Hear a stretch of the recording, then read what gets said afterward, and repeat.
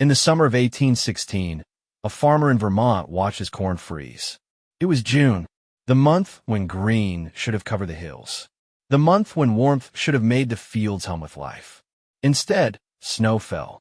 Ice covered the ground. The corn died standing. He had seed for one more planting. If this crop failed, his family would starve through the winter. He wasn't alone. Across New England, across Europe, across the Northern Hemisphere, millions of people faced the same calculation. One more chance, one more planting, one more prayer that summer would arrive. Summer never came. The year 1816 became known as the year without a summer. Frost killed crops in Massachusetts in May. Snow fell in June in New York and Maine. Lakes and rivers froze in July as far south as Pennsylvania. By August, the price of oats had risen from 12 cents per bushel to 92 cents. People who could afford bread in spring couldn't afford it by fall. Food riots erupted across Europe. Thousands starved.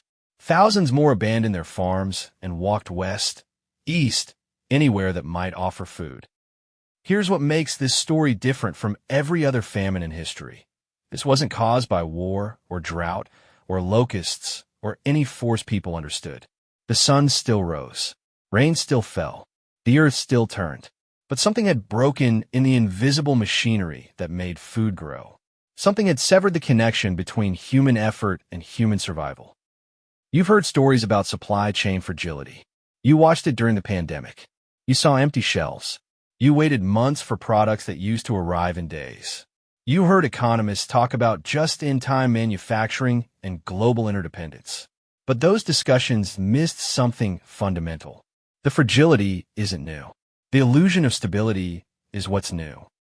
What if I told you that the mechanism that nearly destroyed civilization in 1816 is the same mechanism that shut down car factories in 2020? What if the invisible chain that connected a volcano in Indonesia to starvation in Ireland is the same invisible chain that connects a factory fire in Japan to empty car dealerships in America? What if we've built our entire modern world on the same fragile assumption that collapsed 200 years ago, that the chain will never break? In the next 20 minutes, you'll see how this system actually works. You'll understand why a single disruption can cascade into global catastrophe. You'll learn why we keep rebuilding the same vulnerability into every system we create. And most importantly, you'll see why it's happening again, right now, in ways most people don't recognize until it's too late. Because the lesson of 1816 isn't about a volcano. It's about what happens when we forget that the chain can break. In 1815, the world ran on a simple principle. You ate what grew near you, or you didn't eat. This wasn't poetry. This was physics. Moving food across distance was expensive, slow, and often impossible. Grain could be shipped by boat along rivers or coasts, but inland transport meant wagons on dirt roads. 100 miles might as well have been 1,000. The technology didn't exist to move food quickly. Railroads wouldn't connect European cities for another 2 decades. Steam-powered ships were experimental. Refrigeration was science fiction. If your region had a good harvest, you ate. If your neighbor's region had a bad harvest, they starved. Even if you had surplus, you couldn't get it to them. The distance was too far. The cost was too high. The food would rot before it arrived. This created a world of microeconomies. Every valley, every region, every small territory was essentially self-sufficient by necessity. Cities could import some grain by river or sea, but the countryside fed itself or died. There was no global food market. There were thousands of local food markets, isolated from each other by the fundamental constraint of distance. Europe in 1815 was particularly vulnerable. The continent had just emerged from 23 years of nearly continuous warfare. The Napoleonic Wars had ended only months earlier at Waterloo. Armies had marched back and forth across farmland for a generation. Fields had been burned. Livestock had been slaughtered or stolen. Farmers had been conscripted. The agricultural system was exhausted. Britain had introduced the Corn Laws in 1815 to protect domestic grain prices by banning imports. The logic seemed sound. British farmers needed high prices to survive. But the law created a trap. When domestic harvests were good, Prices stayed high because imports were banned. When domestic harvests failed, prices skyrocketed because there was no foreign grain to fill the gap. The system worked only if British harvests never failed. In New England, the situation was different but equally precarious. American farms were productive, but the infrastructure to move that production barely existed. Most roads were impassable in spring mud and winter snow. Canals were few. The Erie Canal wouldn't open for another decade. If Vermont had surplus grain, Massachusetts might still starve, because moving the grain between them cost more than the grain was worth. This wasn't seen as a problem. This was simply how the world worked. Food was local. Harvest determined survival. Bad years happened. People tightened their belts. They ate less. They survived. The system had always worked this way. There was no reason to think it would suddenly fail. But the system had a hidden assumption built into its foundation. Climate would be stable enough, predictable enough, that most regions would have adequate harvests most years. A bad harvest here, a good harvest there, and over time it averaged out. The system assumed that catastrophic failure would be local, not global. It assumed the chain would never break everywhere at once. That assumption was about to be tested. On April 5, 1815, a mountain on the other side of the world began to wake up. Mount Tambora, located on the island of Sumbawa in what is now Indonesia, had been quiet for centuries. The local population knew it as a peak, but not as a threat. They lived on its slopes. They farmed its fertile volcanic soil. They had no memory of what the mountain could do. The tremors started small. Smoke rose from the summit. Then, on the evening of April 10th, the mountain exploded. The blast was heard 2,000 miles away. It was the largest volcanic eruption in recorded human history. The explosion was so violent it blew away the top of the mountain, reducing its height from 14,000 feet to 9,000 feet. Pyroclastic flows, superheated gas, and rock moving at hundreds of miles per hour incinerated everything within 30 miles. Tsunamis struck nearby coastlines. Ash fell like black snow across Java and Sulawesi. At least 11,000 people died immediately from the eruption itself. Entire villages vanished. The explosion created a caldera, a collapsed volcanic crater, nearly 4 miles across. But the immediate deaths were just the beginning. On Sumbawa, 18,000 more people starved to death in the following months. On neighboring Lombok, another 10,000 died from hunger and disease. 5 years after the eruption, the region around Tambora still showed no signs of life. People sold themselves into slavery to survive. But the local catastrophe was only the first link in the chain. The eruption had thrown an estimated 100 cubic kilometers of ash, rock, and sulfur dioxide into the atmosphere. Most of it fell back to Earth within weeks. But the sulfur dioxide rose into the stratosphere, where it combined with water vapor to form sulfuric acid aerosols, tiny droplets that reflect sunlight back into space.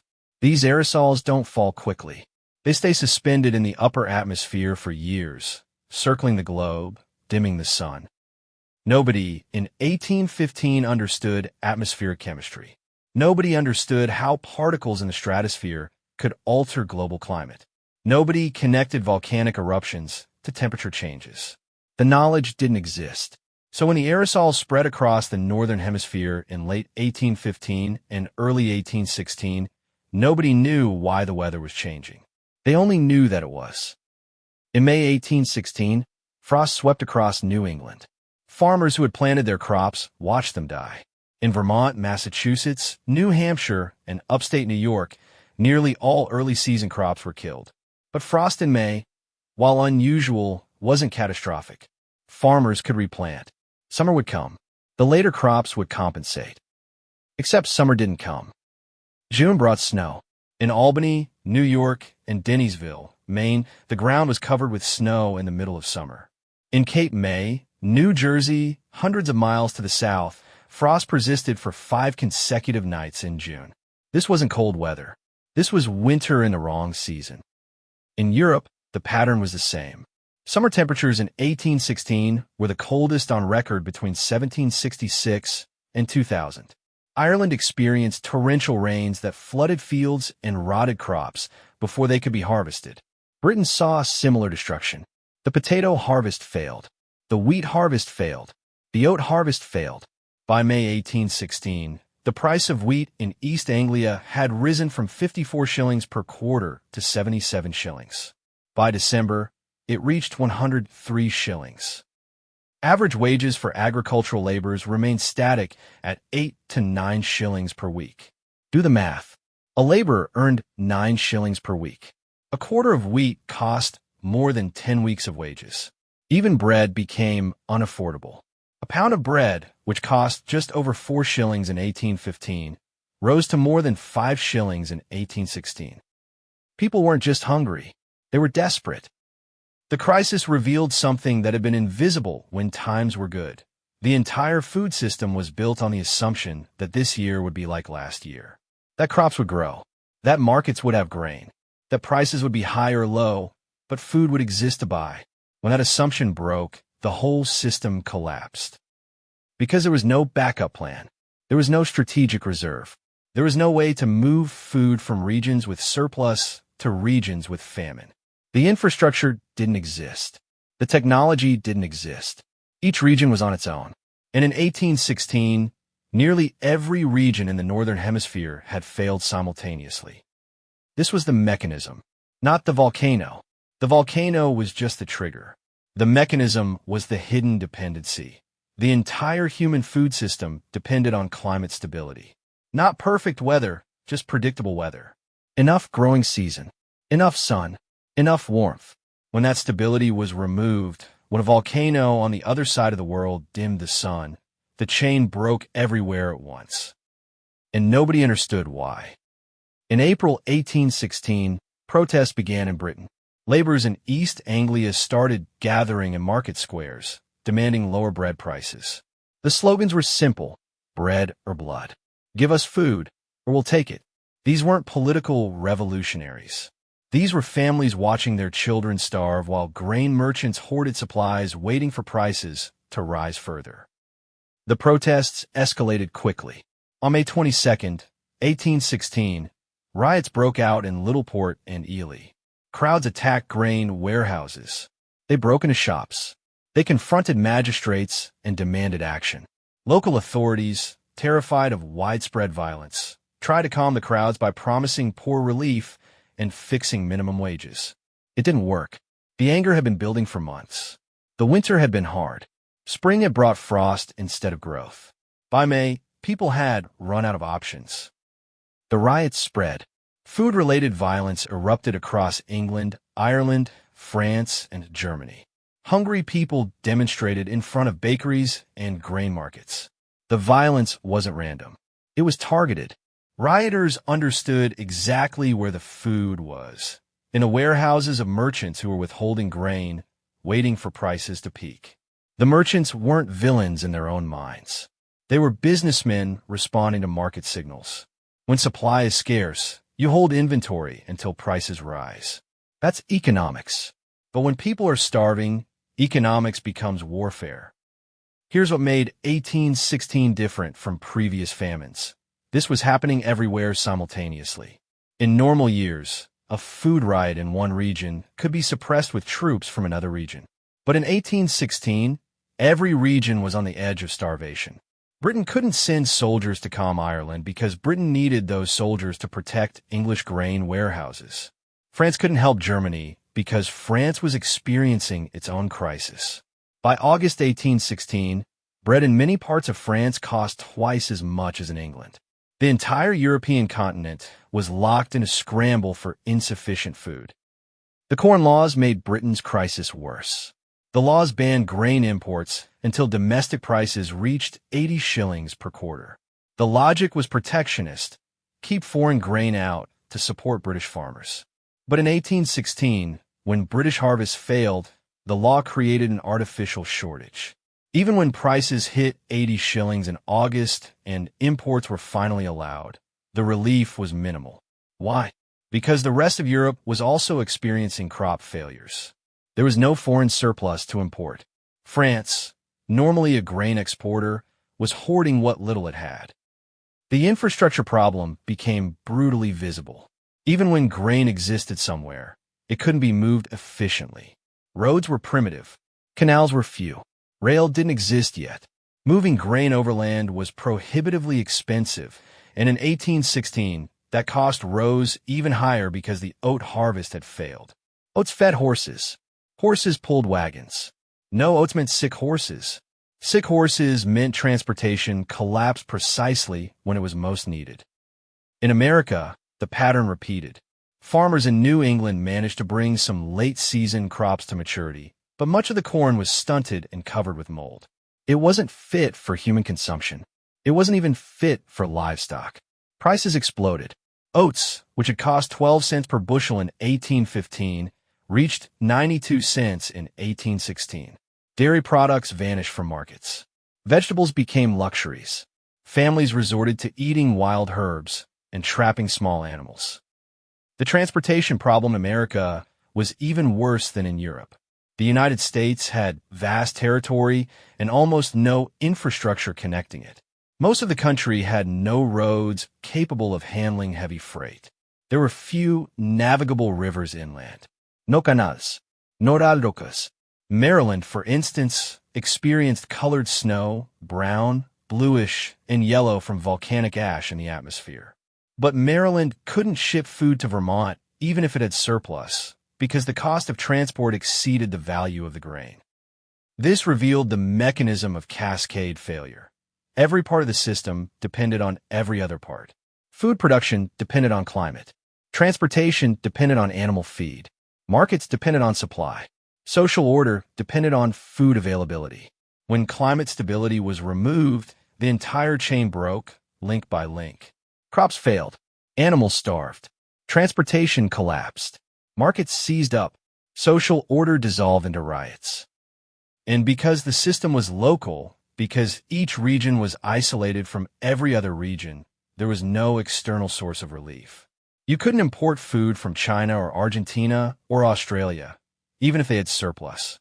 The infrastructure to move food globally didn't exist. The refrigeration to preserve food during transport didn't exist. The financial systems to coordinate international food trade barely existed. Each region was trapped inside its own microeconomy. If your region's harvest failed, you starved. There was no backstop, no redundancy, no resilience. The system was efficient when it worked, but catastrophically fragile when it didn't. By autumn 1816, the extent of the catastrophe was becoming clear. This wasn't a local crisis. This wasn't even a regional crisis. This was a hemispheric collapse of the food system. From Ireland to India, from New England to Central Europe, harvests had failed. Millions were starving. Cholera outbreaks in India killed millions more. The death toll would never be fully counted because in 1816, nobody was counting.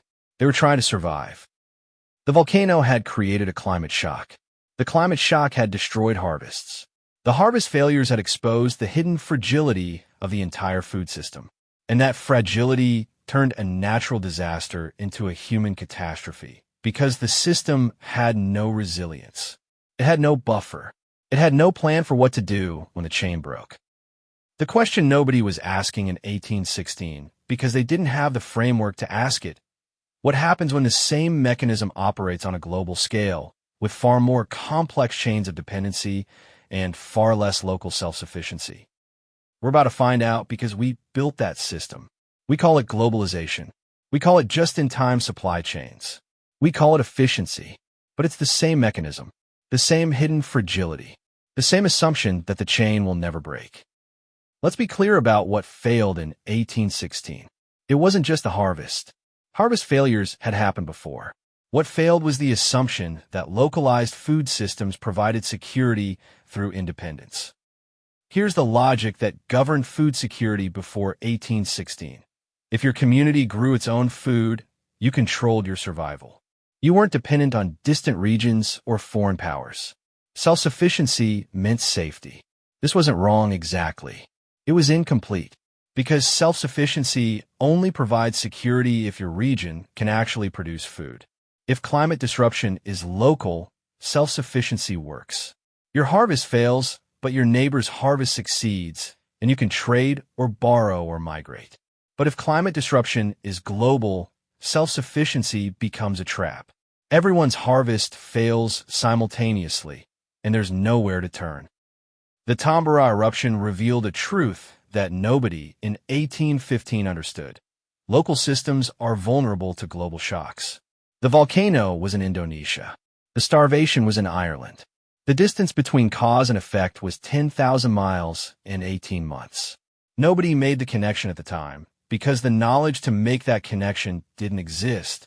Atmospheric science, climate modeling, volcanic impact studies, all developed later, after similar events forced humanity to ask, why does the weather break? What they did understand, slowly and painfully, was that their food system had no resilience. Resilience requires redundancy, backup systems, alternative sources, flexibility. The food system of 1816 had none of these.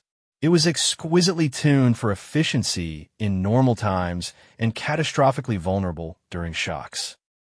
Think about the structure. Each region grew food for itself. Markets were local. Storage was minimal because storing grain was expensive and grain spoiled. You grew what you needed and sold the surplus immediately. You bought what you needed and consumed it quickly.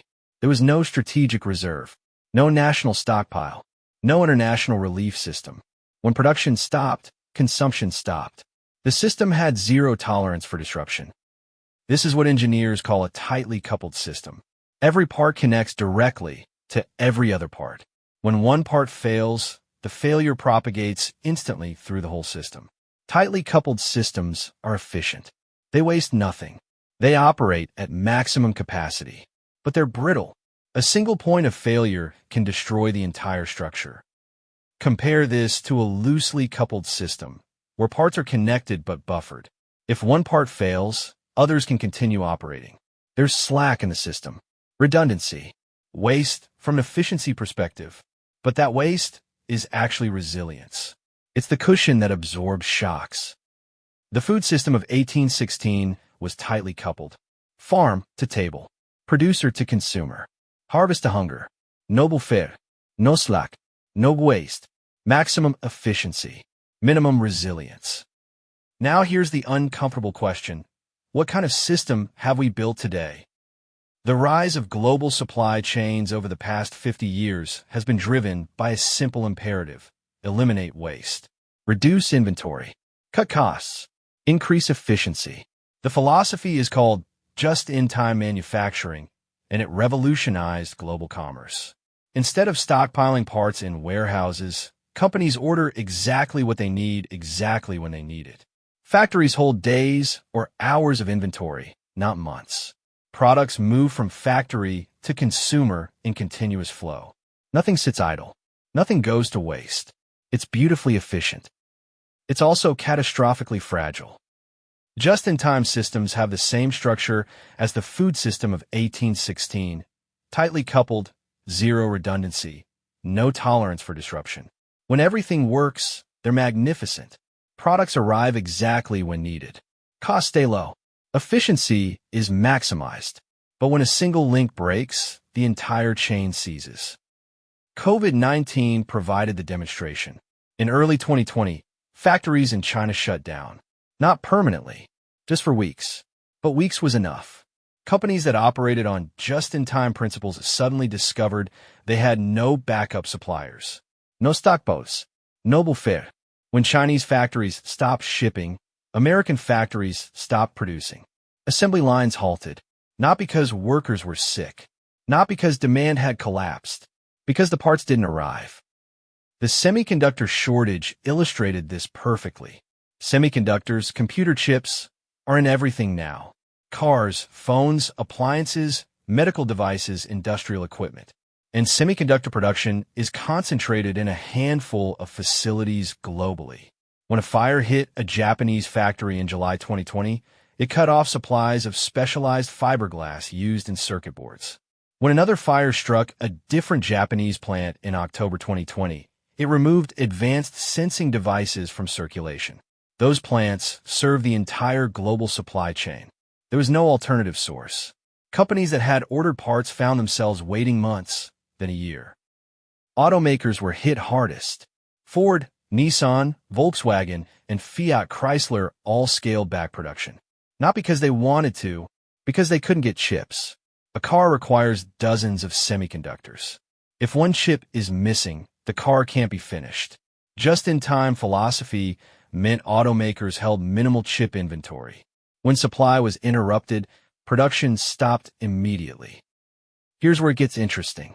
In late 2020, as the economy reopened, vehicle sales rebounded. Automakers suddenly needed more chips. But electronics manufacturers had already secured supply contracts with semiconductor fabs.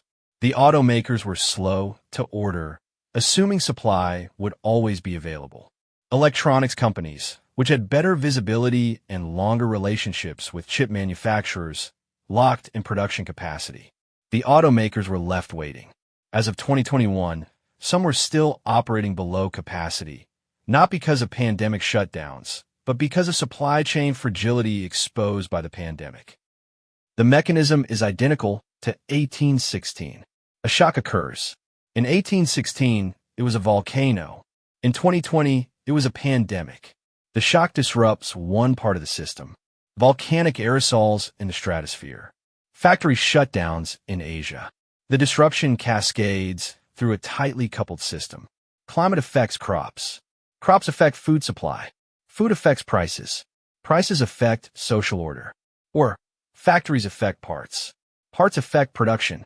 Production affects delivery. Delivery affects sales. Every link depends on the link before it. When one breaks, they all break. The difference between 1816 and 2020 is scale. In 1816, the system was local, but the shock was global. In 2020, the system is global and the shock was global. The food system of 1816 couldn't move grain from surplus regions to deficit regions. The supply system of 2020 can move products anywhere, but only if every link in the chain operates perfectly. Both systems optimized for efficiency. Both eliminated redundancy. Both assumed shocks would be local and manageable. Both were wrong. This is the hidden structure of fragility. It's not about the specific shock. Volcanoes, pandemics, fires, geopolitical conflicts, the trigger varies. The mechanism is constant. Tightly coupled systems with no redundancy fail catastrophically when any component is disrupted. The failure cascades.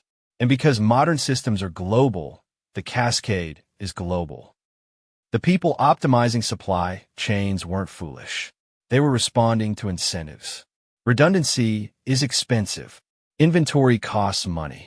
Stockpiles are wasteful when everything runs smoothly. Shareholders reward efficiency. Competitors punish waste. Over decades, companies systematically eliminated buffers. They cut inventory. They reduced suppliers. They streamlined logistics.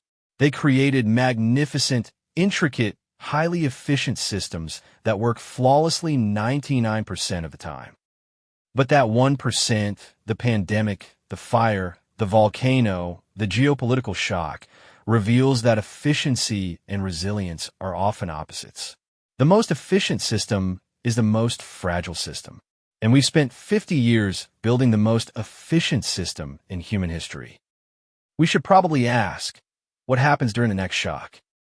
By late 1817, the worst of the crisis had passed.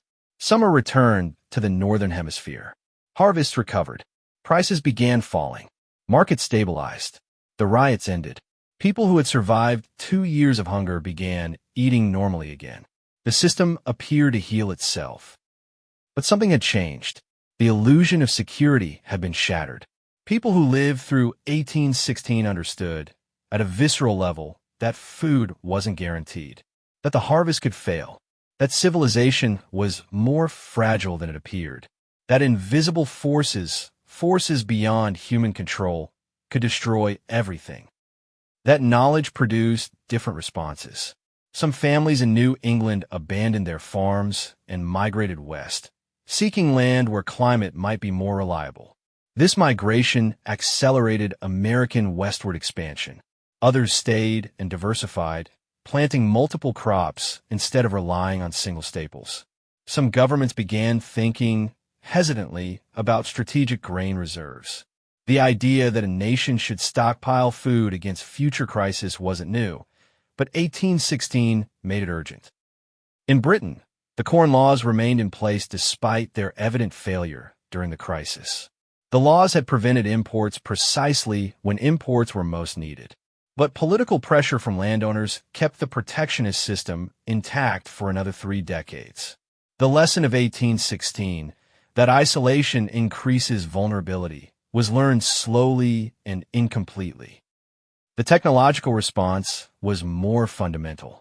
The catastrophic failure of the food system in 1816 revealed that transportation was the critical bottleneck.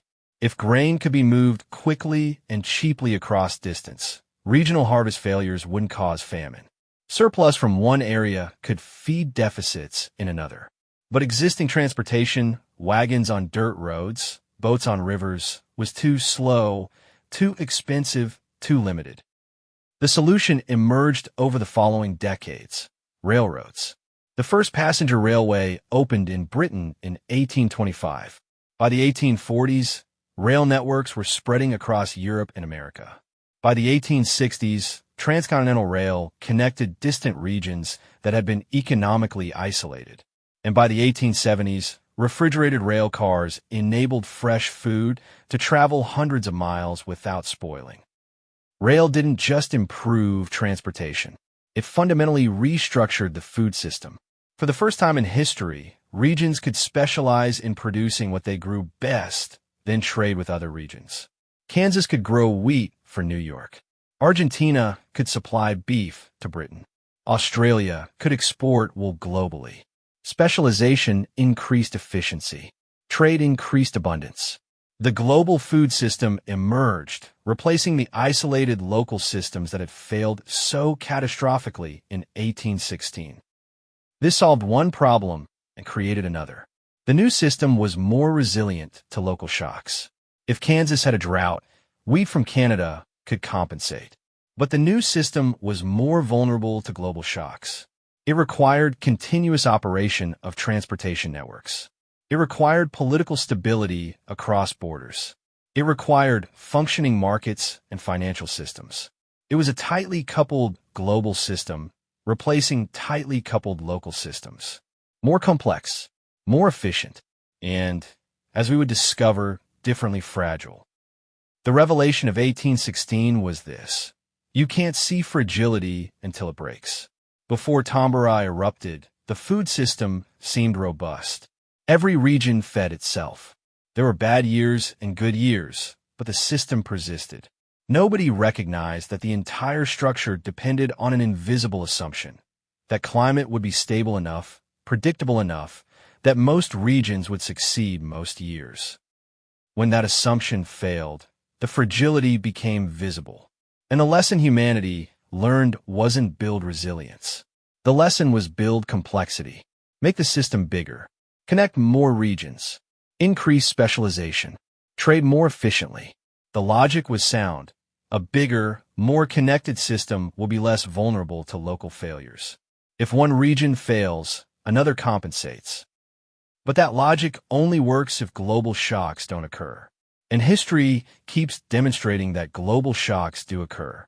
Pandemics, financial crises, wars, geopolitical conflicts, climate disruptions, and now, the possibility of more volcanic eruptions or climate change creating weather patterns as destructive as 1816.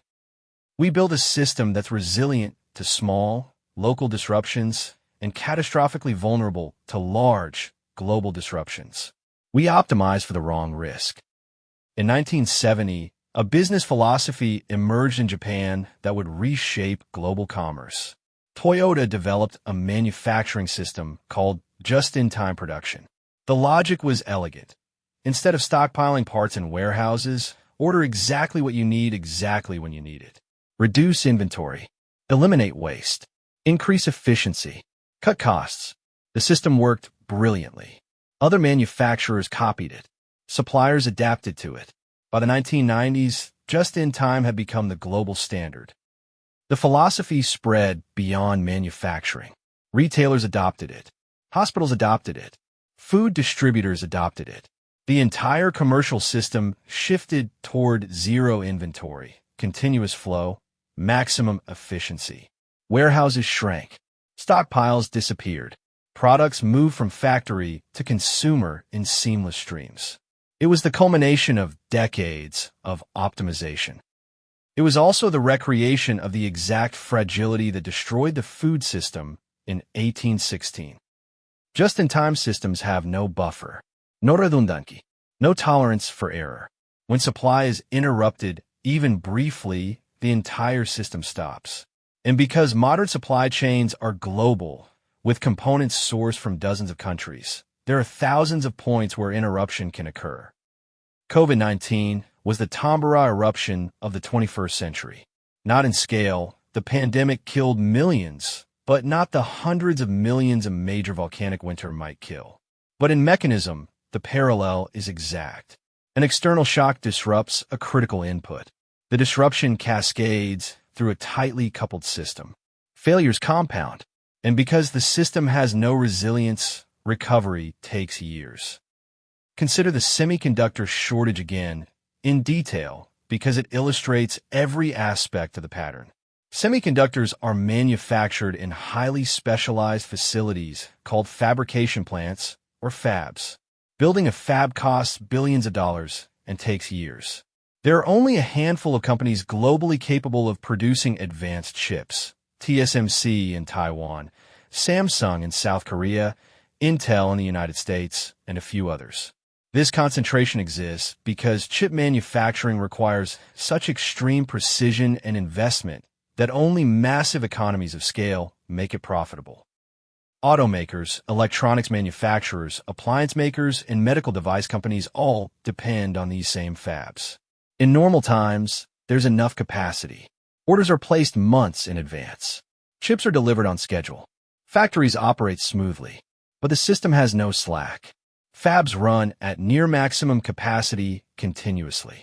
There's no spare production to absorb sudden demand spikes. When COVID hit in early 2020, demand for electronics surged. People working from home needed laptops, monitors, webcams, routers. Data centers expanded to handle increased internet traffic. Electronics manufacturers placed huge orders for chips. The fabs, operating at capacity, couldn't increase output instantly. Lead times extended from weeks to months. Simultaneously, automakers cut chip orders, expecting vehicle sales to collapse during the pandemic. Sales did collapse briefly, but they recovered faster than expected. By late 2020, automakers wanted chips again, but the fabs had already committed capacity to electronics manufacturers. The automakers were told to wait. Some waited a year. Then the fires hit. In July 2020, a fire at a Japanese factory disrupted fiberglass supplies. In October, another fire hit a different Japanese plant, removing sensing devices from production. These weren't chip fabs, but they supplied materials that chip manufacturers needed. The disruption propagated upstream and downstream simultaneously. By 2021, the global semiconductor shortage had idled auto factories, delayed electronic shipments, stalled medical device production, and disrupted telecommunications infrastructure. The shortage wasn't caused by lack of demand. It wasn't caused by lack of production capacity in absolute terms. It was caused by the just-in-time system's inability to absorb any disruption. Compare this to the oat crisis of 1816. Oats fed horses. Horses pulled wagons. Wagons moved grain. When the oat harvest failed, horses weakened, transportation collapsed, and food couldn't move even when it existed. The dependency chain was oats to horses to transport to food distribution. When the first link broke, the whole chain failed. The semiconductor shortage has the same structure. Materials to chips to products to consumers. When materials are disrupted, chips can't be made. When chips can't be made, products can't be finished. When product can't be finished, consumers wait. The chain is longer and more complex than in 1816, but the mechanism is identical. Tight coupling, no redundancy, cascading failure. This pattern appears everywhere now. In 2021, a container ship called Ever Given ran aground in the Suez Canal, blocking one of the world's most important shipping routes for 6 days. Hundreds of ships waited on both sides. Trillions of dollars in trade were delayed. Just-in-time systems strained. Some factories ran out of parts. The blockage wasn't a global catastrophe. It was 6 days. But 6 days was enough to create visible disruption, because the system has no buffer. In 2022, Russia invaded Ukraine. Both countries are major grain exporters. Russia also supplies natural gas to Europe. The war disrupted both.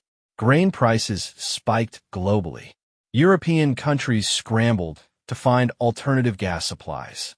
The food crisis was particularly acute in parts of Africa and the Middle East, which depend heavily on Ukrainian and Russian wheat. The war wasn't a harvest failure, but it had the same effect. It disrupted supply in a tightly coupled system with no redundancy. Famine threatened, not because the world lacked food, but because the food couldn't move from producers to consumers. In 2023 and 2024, extreme weather events multiplied. Heat waves in Europe, droughts in Africa and South Asia, floods in China, wildfires in Canada. Each event disrupted some part of the global supply system. Power grids failed. Factories shut down. Transportation routes closed. The events were local, but the supply chains were global, so local disruptions became global problems. This is the pattern. Build a tightly coupled system. Optimize for efficiency. Eliminate redundancy. Create dependencies across vast distances. Assume shocks will be small and local. Then watch as shocks, volcanic eruptions, pandemics, wars, climate events, accidents, reveal that the system has no resilience. The difference between now and 1816 is that we have the knowledge to recognize the pattern. We know about atmospheric science. We understand supply chains. We can model complex systems. We can see the fragility. But seeing it and fixing are different challenges. Because fixing fragility requires building redundancy. And redundancy is expensive. It's wasteful in normal times. It reduces efficiency. It hurts quarterly profits. It makes companies less competitive. So we keep building fragile systems, even though we know they're fragile. We keep optimizing for efficiency, even though we know efficiency creates brittleness. We keep eliminating buffers, even though we know buffers are what prevent cascading failure. We've learned the lesson of 1816. We just haven't acted on it. Let's be honest about what we've built.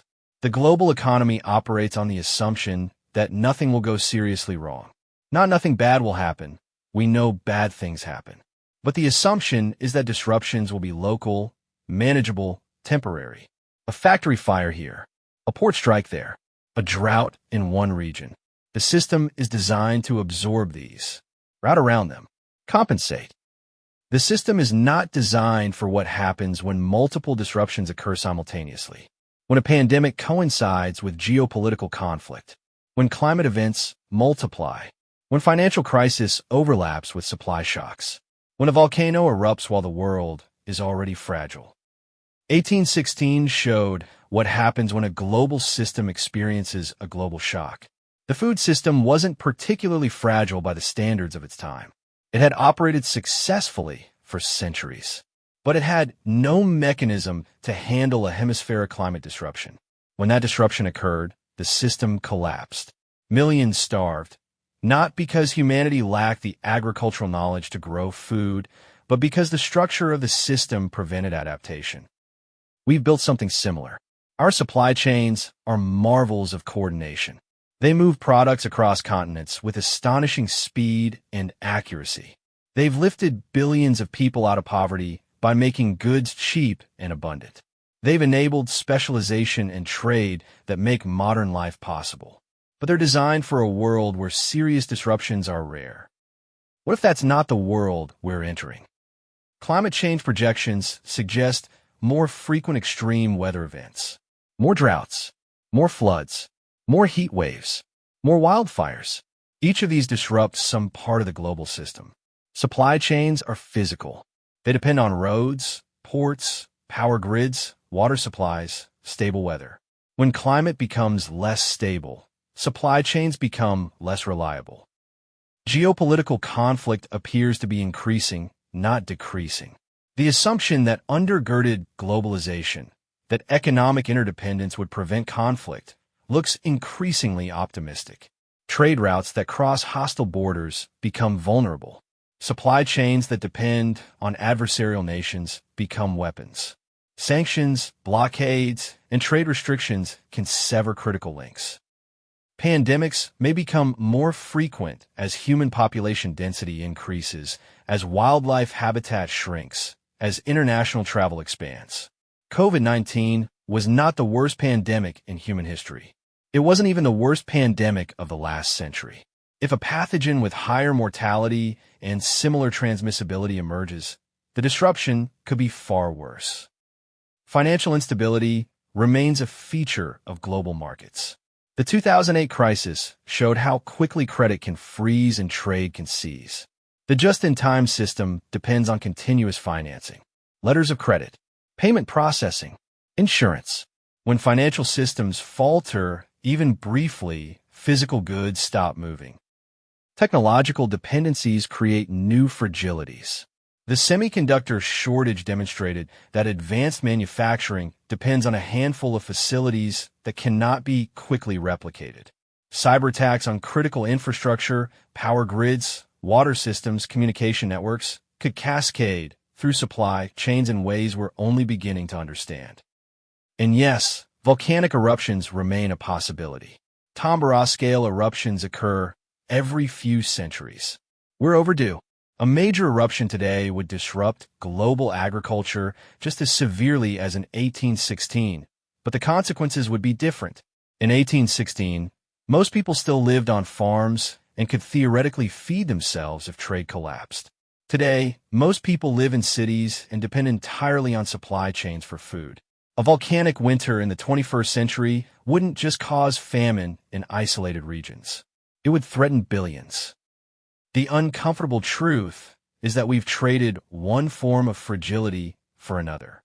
The localized food system of 1816 was vulnerable to local harvest failures, but resilient to some global shocks because regions were independent. The globalized system of 2024 is resilient to local failures, but vulnerable to global shocks because everything connects to everything. Neither system is inherently better. They're adapted to different threat landscapes. The question is, which threats are we actually facing? If disruptions remain rare and local, the current system is optimal, efficient, abundant, cheap.